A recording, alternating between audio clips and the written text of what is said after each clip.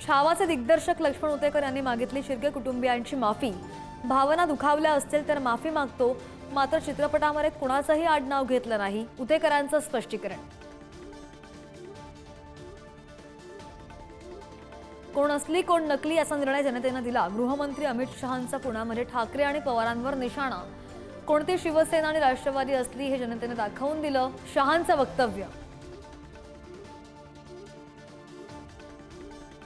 निकालाची प्रत आल्यानंतर विधिमंडळ मंत्री माणिकराव कोकाटेंवर कारवाई करणार। विधानसभा अध्यक्ष राहुल नार्वेकरांची माहिती।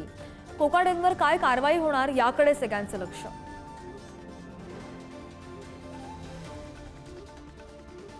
मिसाजोगमध्ये सुरेश धसांनी घेतली देशमुख कुटुंबियांची भेट। सर्व आरोपींचे सीडीआर तपासा, धसांची मागणी। तर परळीमध्ये धसांना दाखवले काळे झेंडे। परळीची बदनामी करत असल्याचा आरोप। काळे झेंडे दाखवल्यानं फरक पडत नाही, धस यांचं प्रत्युत्तर।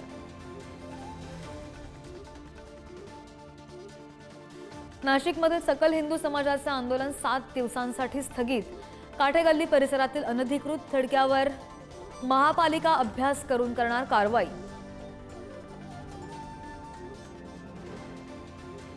माजी खासदार नवनीत राणा यांना हैदराबाद कोर्टाकडून नोटीस। 28 फेब्रुवारीला हजर राहण्याचे आदेश। ओवेसी बांधवांविरोधात केलेल्या वक्तव्याप्रकरणी नोटीस।